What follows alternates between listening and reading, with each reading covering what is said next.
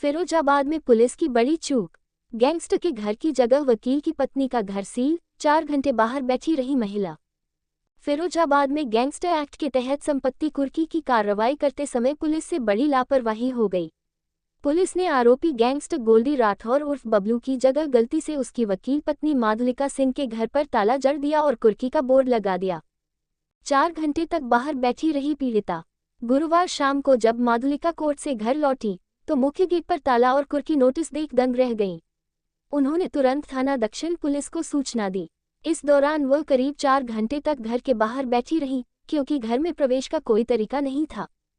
मामला जब उच्चाधिकारियों तक पहुंचा तो रात करीब 10 बजे पुलिस और तहसीलदार हृदेश कुमार प्रिंस मौके पर पहुंचे। जांच में स्पष्ट हुआ कि कार्रवाई गलत मकान पर हुई थी।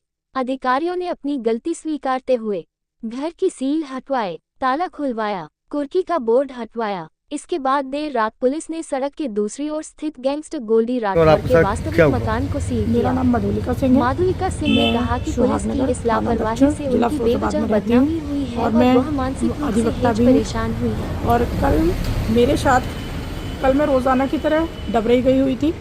मेरे पति जो इस समय जिला कारागार फिरोजाबाद में बंद हैं।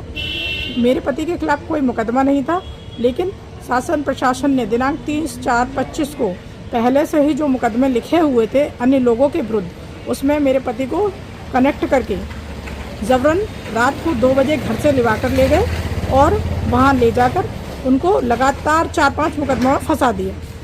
तब से मेरे पति अभी जिला कारागार फिरोजाबाद में ही बंद है और मेरे पति के ऊपर गैंगस्टर एक्ट की कार्रवाई की गई है। इसके अलावा उनको बिना किसी शख्स के अपराध, माफिया, HS जैसी गंभीर अपराधों में उनको कार्रवाई कर चिन्हित कर दिया गया है। क्या नाम है आप, क्या हुआ? मेरे पति का नाम बबलू सिंह गोल्डी है और कल जो गैंगस्टर एक्ट लगा हुआ है उसके तहत कार्रवाई की गई थी, जिसमें मेरे पति के विरुद्ध गैंगस्टर एक्ट के तहत अचल संपत्ति कुर्क करने की कार्रवाई की जाती है। तो उन्होंने एक लिखित कार्रवाई जिलाधिकारी महोदय के आदेश पर की गई, जिसमें ये आदेश दिया गया था कि दिनांक 16/11/24 को जो प्रॉपर्टी तहसील सदर पर पंजीकृत है उसके खिलाफ आप कार्रवाई जब्तीकरण की जाने का आदेश किया गया था। तो उन्होंने ये किया कि उन्होंने अपने पेपर देखे बगैर अपने मन माफिक मेरा जो घर है जिस घर की मैं मालकिन हूँ उस घर पे जब्तीकरण की कार्रवाई कर दी और मेरे मोहल्ले में किसी से नहीं पूछा कि कौन सा घर 2024 में खरीदा गया और स्वयं भी कोई जानकारी नहीं की।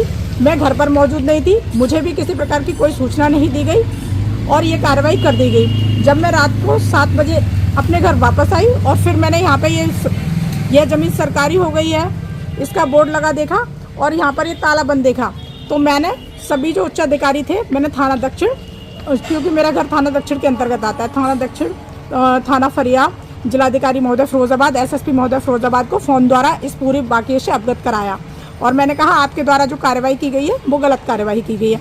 आपने लिखित रूप से पट्टिका लगाई है जिसमें 2024 में जो विक्रय पत्र हुआ है उसके खिलाफ कार्रवाई की जानी थी और आपने अपने पद का दुरुपयोग करते हुए ये टोटल कार्रवाई कर दी, जो कि बिल्कुल ही गलत है, जो आप नहीं की जानी चाहिए थी। आपको जो कार्रवाई करनी है आप कानून के दायरे में रहकर कीजिए, कानून के बाहर नहीं। फिर हुआ ये कि मैं जब यहाँ पर आई फिर उसके बाद मैंने सभी लोगों को फ़ोन किया।